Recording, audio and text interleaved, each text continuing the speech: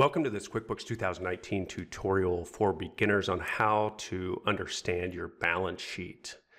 My name is Matt Hultquist with the QuickBooks University, and so I wanted to show you in QuickBooks and just in business how to understand your balance sheet. And this is one of the basic financial statements in business that you should be looking at. So the two basic ones are the profit and loss statement and the balance sheet. And so a lot of people get confused and they also don't look at their balance sheet.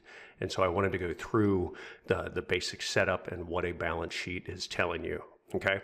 So what we're gonna do, you're in QuickBooks here and we're at the home screen. I'm gonna go to Reports. This is my drop-down menu. You can go to Report Center, pick the balance sheet, or you can just go to Company and Financial and go down to Balance Sheet Standard. Okay, so I'm gonna pull this up. All right, so you'll see here it's got all this stuff, and for a lot of people, this is overwhelming, this is confusing, and so what I want to show you is what you can do is say collapse rows, okay? And you can also further collapse this, so it makes it a little bit easier to read, okay? So you see there I collapsed all that, and we've got assets, all right? And under each of these categories, we've got some different assets. Okay, and I'll talk about what that means here in a minute. All right, so I'm going to collapse some of this, and we can collapse credit cards and payroll. Let's see, payroll liabilities are collapsed, other current liabilities. Okay, so let me collapse this. All right, so we get a short and sweet balance sheet here. And let me collapse equity. Okay, so there we can fit it all right here. Now, I want to go over to a PowerPoint slide and a presentation I did on how to understand your financial statements, okay? So here's the way I want you to think about this. All right, so the balance sheet, so the profit and loss, so the first financial statement tells you how much money you made or lost. Very simple. It's revenues minus expenses equals profits.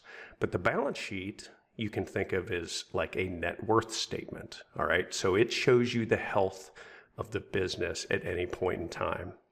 And what that means is you have assets minus liabilities. So this is what you own, this is what you owe, and the difference between the two is equity. So it's a simple equation. It's assets minus liabilities equals equity.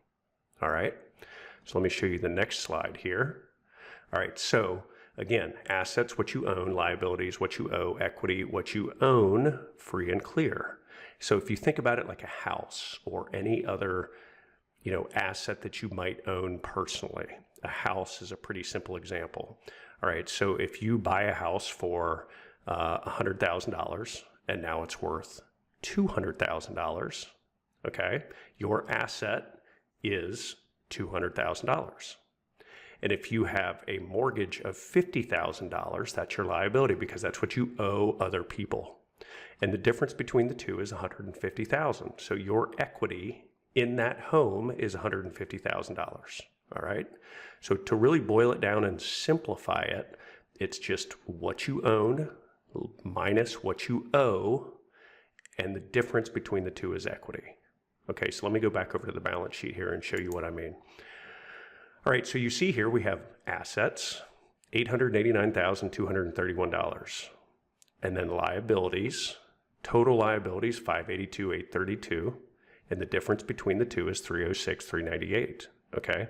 So the assets right here of $889 have to equal the total of the liabilities and equity, $889.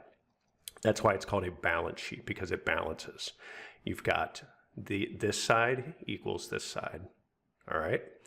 So now, when you look at all these different little things, you have to really think about, a lot of these can be a little bit confusing. I don't want you to get bogged down in, undeposited funds, employee advances, prepaid insurance, retainage receivable.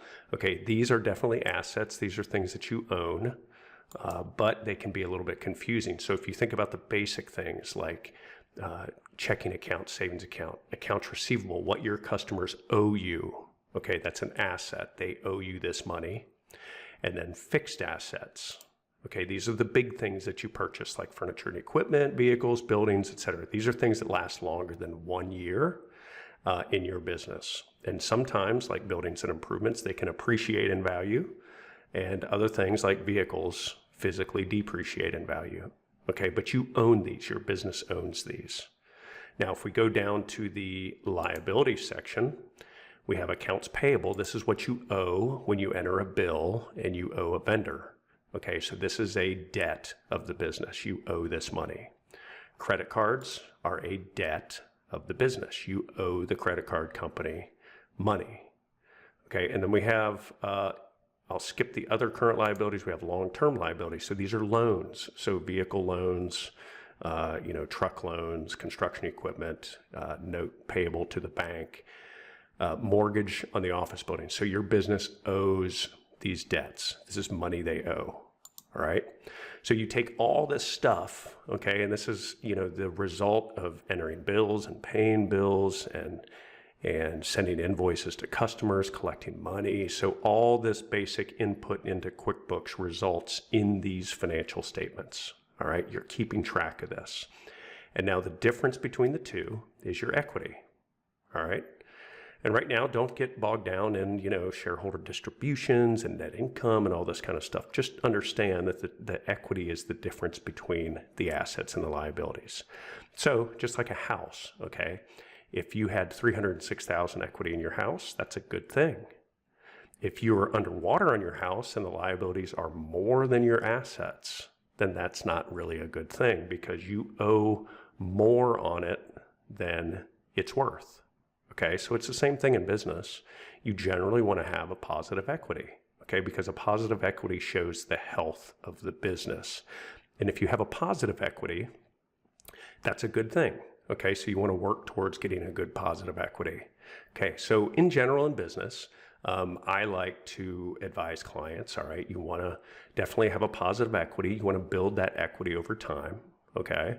And you want your liabilities to be as minimal as possible, okay, for a healthy business. And what I mean by a healthy business is one that, has more assets than liabilities. It owns more than it owes, and you have equity in the business.